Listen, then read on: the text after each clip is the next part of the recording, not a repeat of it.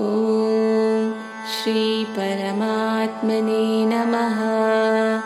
श्रीमद्भगवद्गीता अथ प्रथमोऽध्यायः। धृतराष्ट्र उवाच धर्मक्षेत्रे कुरुक्षेत्रे समवेतायुयुत्सवः मामकाः पाण्डवाश्चैव किमकुर्वत Sanjay. In this verse, King Dhritarashtra, who is blind, asks his advisor Sanjaya about the happenings on the battlefield of Kurukshetra. He wants to know what his sons the Kauravas and the sons of Pandu the Pandavas are doing as they prepare for battle. He is curious and concerned about the outcome of this great war between his family members. Sanjaya uvacha दृष्ट्वा तु पाण्डवानीकं व्यूढं दुर्योधनस्तदा आचार्यमुपसङ्गम्य राजा वचनमब्रवीत्. In this verse, Sanjay begins to describe the scene on the battlefield to King Dhritarashtra. Duryodhan, the leader of the Kauravas, sees the Pandava army getting ready for battle and goes to his teacher Dronacharya to talk about the situation. He is worried and wants to make sure they are fully prepared for the fight. Pashyaitam Panduputranam Acharya Mahatim Chamum Vyudhan Drupadaputrena Tava Shishyena Dhimata. In this verse, Duryodhan is speaking to his teacher Dronacharya. He points out the Pandava army and tells Dronacharya to notice how well it is organized. He mentions Dronacharya's talented student Drishtadumna, who is leading the Pandavas army. Duryodhan is trying to make Dronacharya aware of the strength and preparedness of their enemies. Atra shura maheshvasa bhimarjuna samayuthi yuyudhano viratascha drupadascha maharatah. In this verse, Duryodhan continues speaking to Dronacharya about the powerful warriors in the Pandava army.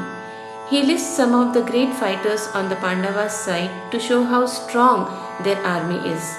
He mentions Bhim and Arjun, who are the main warriors, and then refers to several other mighty fighters who are all very skilled and brave. Drishtaketuschekitan Kashirajascha Viryavan Purujit Kuntibojascha Shaibhyascha Narapungavaha. In this verse, Duryodhan continues to name the great warriors in the Pandava army. He mentions several more powerful and experienced fighters who are ready to battle. By listing these names, Duryodhan wants to show how strong and capable the Pandava army is, making it clear that they face a tough challenge in the upcoming battle. Yudhamanyascha vikranta uttamaujascha viryavan saubhadro draupadeyascha sarva eva maharatha. In this verse, Duryodhan continues to mention the strong warriors in the Pandava army. He lists more names of brave and famous fighters who are prepared to battle. By doing this, he emphasizes how formidable the Pandava army is and expresses his concern about the strength of their opponents. Asmakam tu vishishtaye tani bodha dvijottama Nayaka mama sainyasya tangyarthantam bravimite. In this verse, Duryodhan shifts his focus to his own army, the Kauravas. He reassures his teacher Dronacharya that they also have many powerful warriors on their side who are ready to fight. He lists several names of the key fighters, indicating that they are equally prepared for the battle ahead. Bhavan Bhishmascha Karnascha Kripascha Samitinjayah Ashwathama Vikarnascha Saumadat कीर्तिस्तथैव च. In this verse, Duryodhana continues to speak about the powerful warriors in his own army. He names some of the key leaders and heroes who are skilled in battle.